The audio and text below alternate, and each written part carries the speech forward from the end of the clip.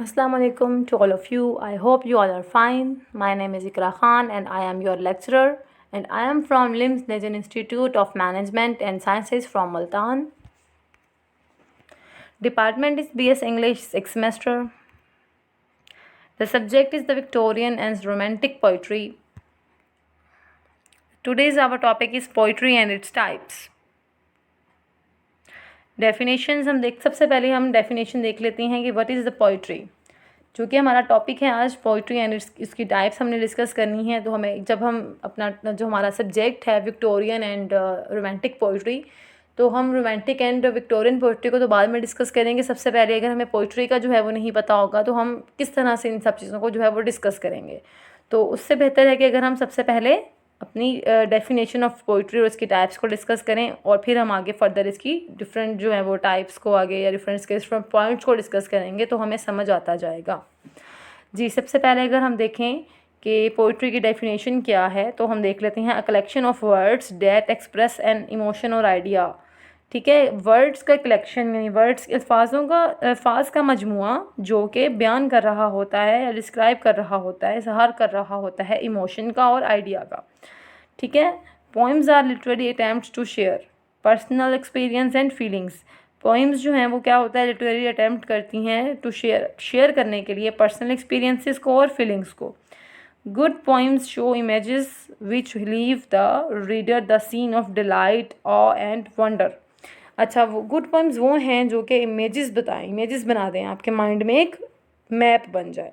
Live with the reader, जो कि reader के जहन में रहता है। The sense of delight awe and wonder. Which half do you see when studying poetry? Poetry requires creativity आ जाएगा इसके अंदर। Poetry requires emotion, poetry requires an artistic quality and poetry requires logic. अब देखें पोइट्री हमें क्या क्या चीज़ें रिक्वायर होती हैं हमें पोइट्री में। तो हमें रिक्वायर होती हैं पोइट्री में क्रिएटिविटी आती है और इमोशंस आते हैं और आर्टिस्टिक क्वालिटी होती है और एक लॉजिक होता है, यानी वो इलॉजिक बात ना हो, उसमें लॉजिक हो। कोई ना कोई बात जो आप कर रहे हैं वो एग्जिस्ट भी करता हो या उसके पीछे कोई एक पॉइंट हो।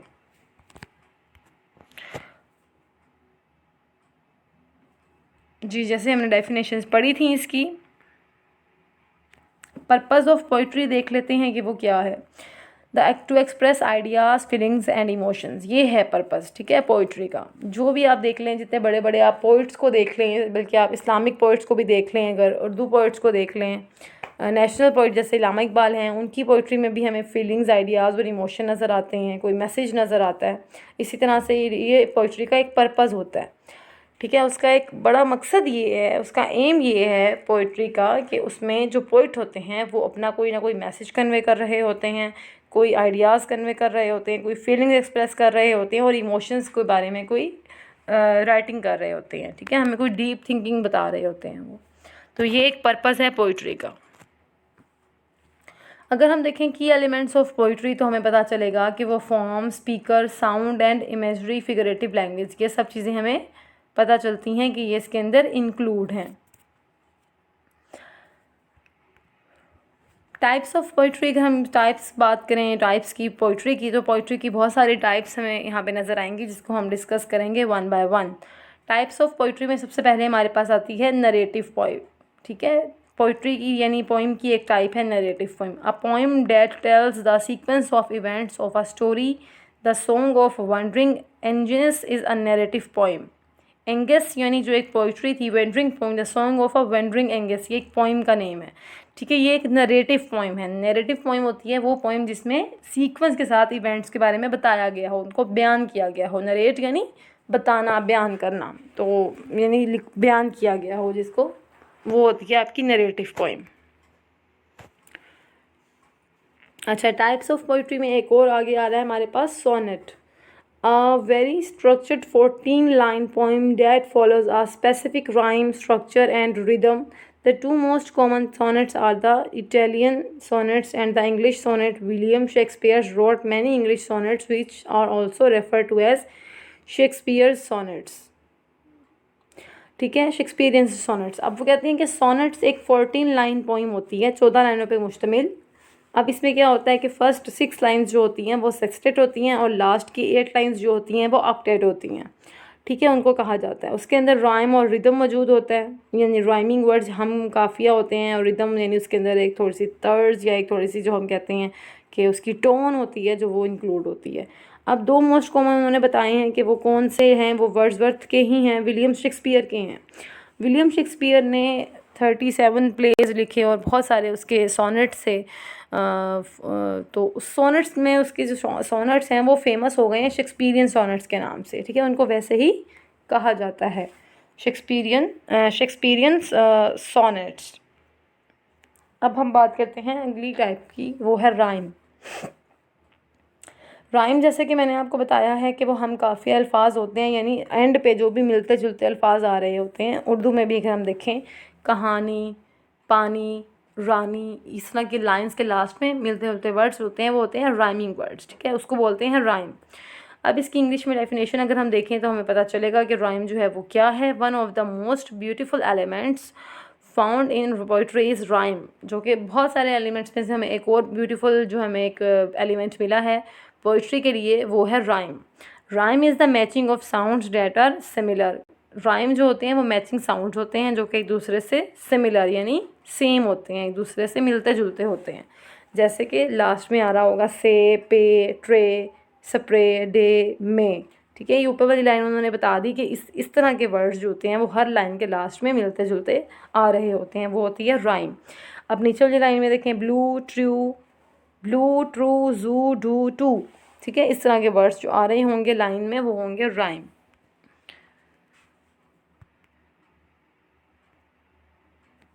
अब राइम में एक चीज़ और आ रही है, when working with rhyme you should always remember that the most important part of verse is the last word. The last word of each verse is what establishes the rhyme. Twinkle twinkle little star, how I wonder what you are. ठीक है, ए आ गया इसके अंदर। Up above the world so high, high अब star से change है तो यहाँ पे आ गया B, like a diamond in the sky, B आ गया। अब राइम स्कीम यहाँ पे इन्होंने मेंशन किया हुआ है, आई थिंक साथ में ये आपको नज़र आ रहा होगा, ये वाला। ठीक है, ये है राइम स्कीम। राइम स्कीम क्या होती है, अब देखें जैसे फर्स्ट पे यहाँ पे 4 लाइंस की पोइट्री लिखी हुई है, twinkle twinkle little star, how I wonder what you are, up above the world so high, like a diamond in the sky. अब ये 4 लाइंस की है। अगर हम इसकी फर्स्ट लाइन में देखें तो जो लास्ट वर्ड है, जो कि राइम अगर हम देखेंगे है या नहीं है, तो हम उसको नाम दे देंगे फर्स्ट वाले वर्ड को ए का। ठीक है, ट्विंकल ट्विंकल लिटिल स्टार, ए का स्टार आ रहा है, इसको हमने नाम दे दिया ए का। जहाँ पे कोई भी वर्ड होता है उसको आप नाम दे देते ए का। अब अगर आप देखेंगे कि सेकंड लाइन में अगर वही वर्ड जो है वो ए से रिजेंबल कर रहा है, यानी स्टार और आर, आई थिंक ये राइम ही है, आप लोगों को भी पता चल गया होगा। स्टार आर राइमिंग वर्ड है तो वो भी ए का ही नाम आएगा।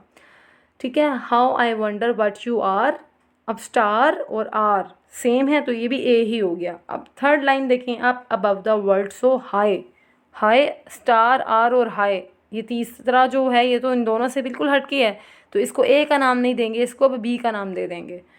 अब हम देखेंगे हाई के बाद फोर्थ यानी जो लाइन है, like a diamond in the sky, आपने वर्ड्स को नहीं देखना, आप उनके साउंड्स को देखेंगे। हाई स्काई, आई थिंक ये सेम है तो आपने इसको भी बी का नाम दे दिया। ऐसे आपकी राइमिंग स्कीम बन गई ए बी बी। ठीक है, अगर यहाँ पे like a diamond in the sky की जगह like a diamond in the होता कोई और वर्ड जो कि ए से रिलेटेड होता तो आप यहाँ ए लिखते, जैसे स्टार आर वॉर। ठीक है, like a diamond in the war, तो यहाँ पे आप लिखते ए, क्योंकि ये भी ए से मिल रहा है। ठीक है, ए से सिमिलर है तो आप यहाँ पे क्या करते, ए बी ए। लेकिन यहाँ पे हाई से मिलता जुलता आया है स्काई, तो आप यहाँ पे बी ही लगाएंगे। आई होप आपने इसको अंडरस्टैंड किया होगा कि राइमिंग स्कीम हम किस तरह से कर रहे होते हैं, और ये इसका बहुत इजी सा प्रोसीजर होता है जो कि हम ओवरऑल पूरी गज़ल्स को, पूरी लिरिक्स को जो है वो हम स्कीम देते हैं। AABBCDA ऐसे भी हो जाता है। समटाइम कोई राइमिंग नहीं भी आती तो ABCD भी हो जाता है, ABCDEF इस तरह से भी हो जाता है। तो उसमें कन्फ्यूजन वाली कोई बात नहीं होती कि ये हमारी क्यों मतलब अनसीक्वेंसली और रैंडमली क्यों हमारी स्कीम आ रही है। हर तरह की स्कीम होती है, आपके वर्ड्स बस आपको एक बार उसको करना आ जाए, आपको उसको ऑर्डर कर देना आ जाए सही तरह से कि इसको सीक्वेंस कैसे देना है, तो कोई भी पोइम कोई भी लिरिक्स को आप इजीली राइमिंग स्कीम में चेंज कर सकते हैं। Next one is rhythm. अब रिदम क्या होता है? It is a movement with uniform recurrence of a beat और एक्सेंट, यानी एक टोन है, एक एक्सेंट है, एक बीट है। In its crudest form of rhythm has a beat with little और नो मीनिंग। रिदम एक ऐसी बीट या टोन होती है जिसका कोई मीनिंग नहीं होता और वो बहुत स्मॉल सी भी हो सकती है। Alliteration, the repetition of the initial letter or sound in two or more words in a line। अब देखें alliteration कहते हैं बेटा बार बार एक चीज़ जो रिपीट होती है उसे, ठीक है, रिपीट होने वाली चीज़ को, जो कि ऐसे साउंड्स जो कि आपके लफ्ज़ आपके वर्ड के फर्स्ट साउंड है वही वाला साउंड बार बार रिपीट हो रहा है, उसको हम कहते हैं alliteration। To the lay person these are called tongue twister.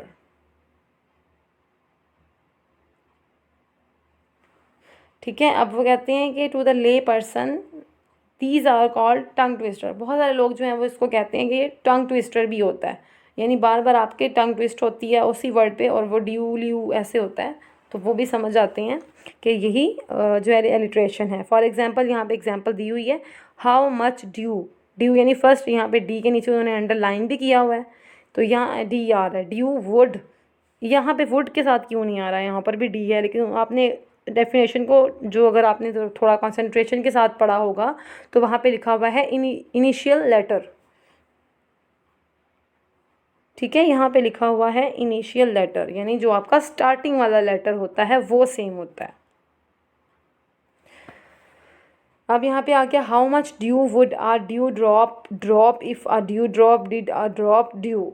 ठीक है, यहाँ पे डी बहुत सारा आ रहा है, सब में इलिट्रेशन ये होगी, रिपीटेशन ऑफ इनिशियल लेटर और साउंड इन टू और more words in a line.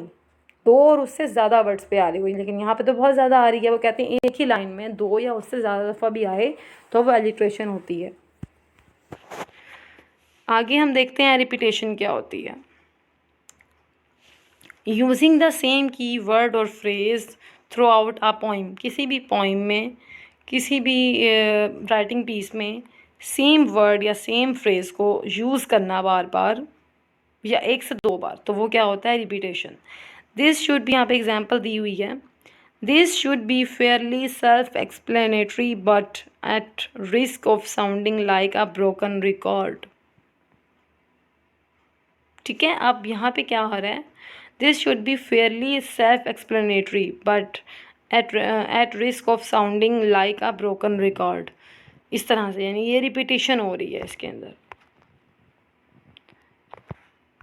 इन्हीं सब चीज़ों को अगर हम एक बार और डिस्कस करें, एक बार मैं आपको इनको क्लियर कट बताऊं, आई होप आपने इन चीज़ों को अच्छी तरह से जो है वो अंडरस्टैंड किया होगा। अच्छा, यहाँ पे जो हमारे पास थे की एलिमेंट्स ऑफ पोइट्री, इसको भी मैं आप लोगों को एक बार अच्छी तरह से जो है वो अंडरस्टैंडिंग इसकी देना चाह रही थी कि जो फॉर्म है की एलिमेंट्स में, फॉर्म क्या होती है।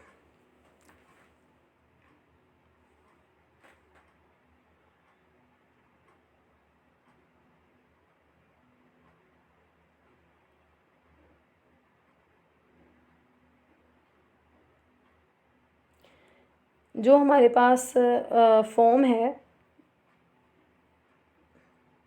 अच्छा, हमारे पास जो फॉर्म है वो हमें बताती है कि हम इस पोइट्री को जो है वो किस फॉर्म में, किस जो है वो स्टाइल में बना रहे हैं। ठीक है, यानी उसके लिरिक्स उसमें ऐड कर रहे हैं, और लिरिक्स अगर ऐड कर रहे हैं तो उसमें हम राइमिंग स्कीम बना रहे हैं या नहीं, और अगर राइमिंग स्कीम बना रहे हैं तो उसको हम किस तरह से बना रहे हैं राइमिंग स्कीम, यानी 1 लाइन और 2 लाइन सेम है या 1 लाइन सेम है और 3rd लाइन सेम है। इसमें ये होता है कि या तो आपकी फ़र्स्ट 2 लाइन्स सेम होती हैं और फिर फर्स्ट 2 लाइन्स और होती हैं, फिर जो है वो लास्ट यानी फिर जो 2 लाइन्स आती हैं वो सेम होती हैं। और उसमें ये होता है कि एलिमेंट में स्पीकर, यानी जो स्पीकर है वो नरेटर है, यानी बता रहा है, जस्ट एक मोनोलॉग है, बट सिर्फ जो है वो ऑडियंस से डिस्कशन हो रही है। ठीक है, या एक डायलॉग है। फिर आता है साउंड। साउंड पे डिपेंड हो रहा होता है कि साउंड आप किस तरह से प्रोड्यूस कर रहे हैं या उसमें आप क्या साउंड बताना चाह रहे हैं। इमेजरी यानी इमेजरी होता है थोड़ा सा आयरनी को भी बोलते हैं। इमेजरी यानी इमेज आप एक क्रिएट करते हैं, एक विजन क्रिएट करते हैं अपने लिसनर्स को या अपने रीडर्स को। अब मैंने अगर एक पोएम लिखी है तो मैं उसमें जो मैसेज देना चाह रही हूँ वो मैसेज अगर मैंने बहुत अच्छे से उस पर अटेम्प्टेशन दी है या उसकी एक पोइट्री बहुत अच्छी सी बनाई है, उसमें लिटरेरी टर्म्स या एलिमेंट्स बहुत अच्छे से यूज़ किए हैं पोइट्री में, तो वो एक विज़न पढ़ने वाले के माइंड में खुद ही से ही एक इमेज बन जाएगा या एक विज़न आएगा कि ये मैसेज दिया जा रहा है। वो खुद ही एक फैंटेसी लाइफ में चला जाएगा। ठीक है, एक फैंटेसी जो है वो दुनिया में जाएगा और उसको पता चलेगा हाँ ये चीज़ें ऐसे हैं, इसमें ये मैसेज दिया गया है, इसमें ये चीज़ बताई गई है। तो वो होती है आपकी इमेजरी। अच्छा, अब यहाँ पे बात कर रहे हैं हम फिगरेटिव लैंग्वेज की। तो what is figurative language? Figurative language क्या होती है या उसमें हम क्या क्या चीज़ें यूज़ करते हैं? फिगरेटिव लैंग्वेज में बेटा हम यूज़ करते हैं लिटरेरी टर्म्स को ही। लिटरेरी टर्म्स ही हम इसमें यूज़ करते हैं फिगरेटिव लैंग्वेज में, जिसमें आ जाती है हमारे पास सिमिलीज, मेटाफर और आयरनी। ठीक है, और भी बहुत सारी इसके अंदर चीज़ें इंक्लूड तो होती हैं। मैं यहाँ पे नोट करती हूँ आप लोगों के लिए। सिमिली, मेटाफर,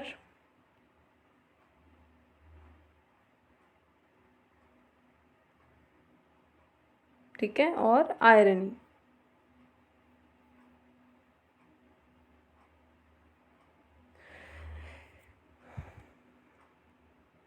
ये चीज़ें हम इसमें यूज़ करते हैं। अच्छा, अब सिमिली क्या है? सिमिलीज होते हैं बेटा वो वर्ड्स जो कि एक दूसरे से मिलते जुलते होते हैं। इसमें आप जो है वो तशबीह देते हैं। जैसे हम कहते हैं सिमिलीज में, इसमें हम लाइक के और एस के वर्ड यूज़ करते हैं। ठीक है, सिमिलीज में हम यूज़ कर रहे होते हैं लाइक और एस के वर्ड्स, लाइक एंड एस, ये वर्ड्स हम यूज़ करते हैं सिमिलीज में।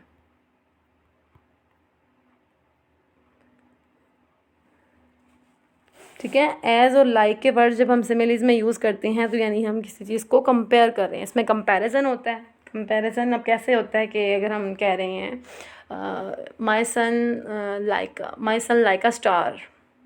ठीक है, my son is like a star, her teeths shining like a Perl.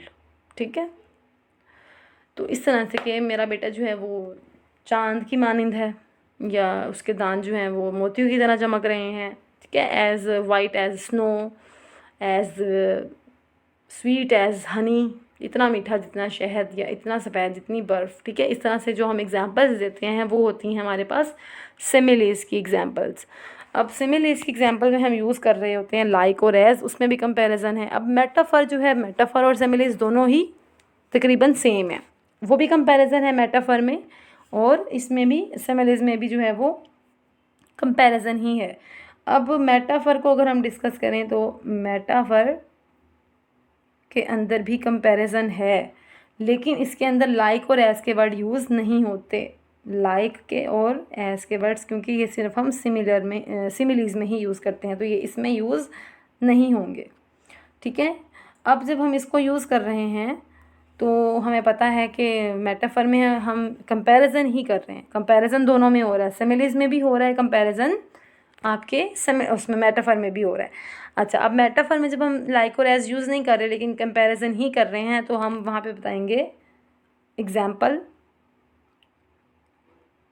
Ali was a lion.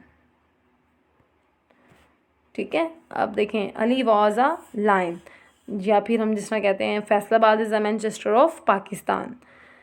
तो हम इसमें एज और लाइक के वर्ड यूज़ नहीं करते लेकिन हम इससे भी कंपैरिजन कर देते हैं कि वो तो शेर है। ठीक है, अब वो कहने से वो शेर बन तो नहीं गया, हम जस्ट कंपैरिजन कर रहे हैं लेकिन हम ये नहीं कहते कि वो शेर जैसा है। अगर हम कहते हैं वो शेर जैसा है तो उसमें लाइक और एज का वर्ड आएगा, वैसा, जैसा या इस तरह से, तो वो होते हैं सिमिलीज। लेकिन हम जस्ट इसमें वो चीज़ें यूज़ कर दें और लाइक और एज हटा दें, उसको सीधा वहाँ से कंपैरिजन दे दिया हमने, तो ये आपका बन जाएगा कि आपने जो है वो मेटाफर बताया है।